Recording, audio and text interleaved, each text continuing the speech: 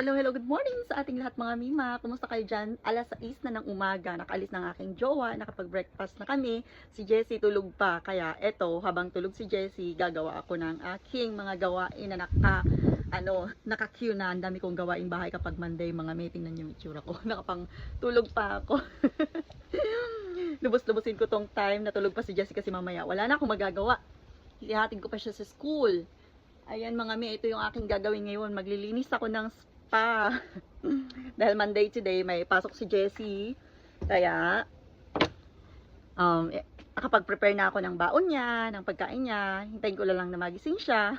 Habang tulog pa siya, maglilinis muna ako ng spa kasi ang dami kong nakatambak na gawain. Mag-ano pa ako ng Christmas lights ko at mga Christmas tree ko, mag-ayos pa ako, maglilinis pa ako ng bahay. So, ito yung spa namin mga mi.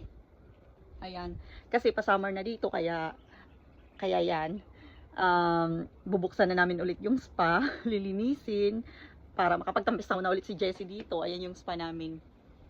Ayan. Hindi siya ganoon kalaki, pero tama na din pang 4 na tao. Pwede pang yung 6. Ayan, ito, talagang naka-safe tone, nilagyan namin ng double lock, kasi si Jessie talaga mga mihay, nako. Mahilig siya sa tubig. Gustong gusto niya ang maglaro ng tubig or magtampisaw sa tubig palagi. Yan. Kaya nilagyan ni Daddy ng double lock para hindi siya makapasok. Yan. Alam nyo ba mga mi, dito sa Australia, ang spa or pool, kapag may pool ka sa bahay or may spa ka, yearly talaga yan nila. Merong inspection yearly.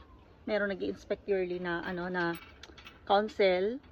Kasi titingnan nila kung safety pa ba yung spa mo, yung gate mo, kung talagang merong ganito, dapat safety yung gate para sa mga kids. Kasi uso dito yung, diba, maraming pool, so maraming bata na nalulunod, kaya ganun.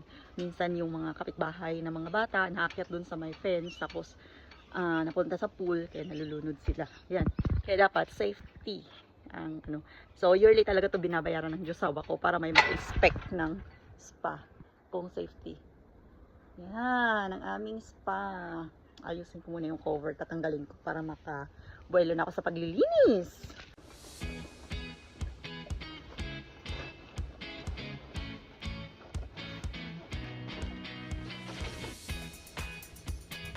Ay, salamat. Ilagay ko din dito. Ito mahirap pag may pool sa bahay or may spa. Mahirap niyang linisin. Pero kailangan mag-tiis dahil nanay tayo. Kailangan natin mapasaya yung ating mga kids. Diba? Dito kasi si Jessie masaya, kaya ayan pag-isyan ko.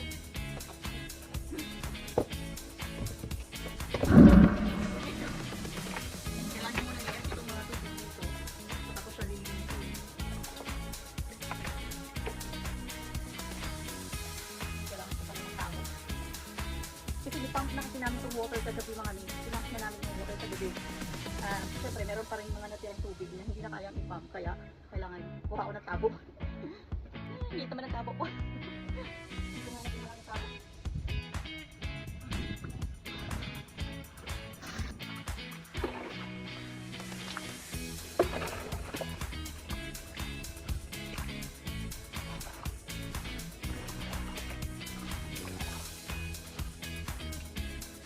Monday talaga mga kami. Ito talaga yung pinaka-busy day ko.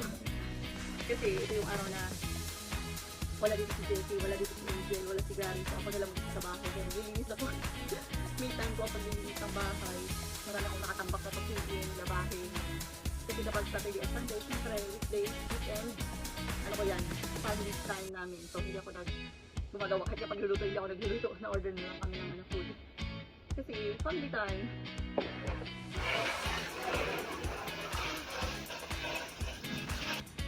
Ayan na mga mi, tapos ko nang linisin. Nire-refill ko na naman ngayon ng tubig. Nakakapagod talaga. Nakakapagod mga mi, haggard na naman ako. Ayan, pinupuno ko na siya ng tubig. Tapos ko nang linisin at check ko na si Jessie. Baka mamaya gising na ang aking mabait na estudyante.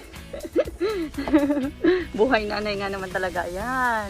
Mamaya pagdating sa school ni Jessie, pwede na siya magtampisaw dyan. O diba? Happy na naman si Jessie nito mamaya. Ang aming munting spa.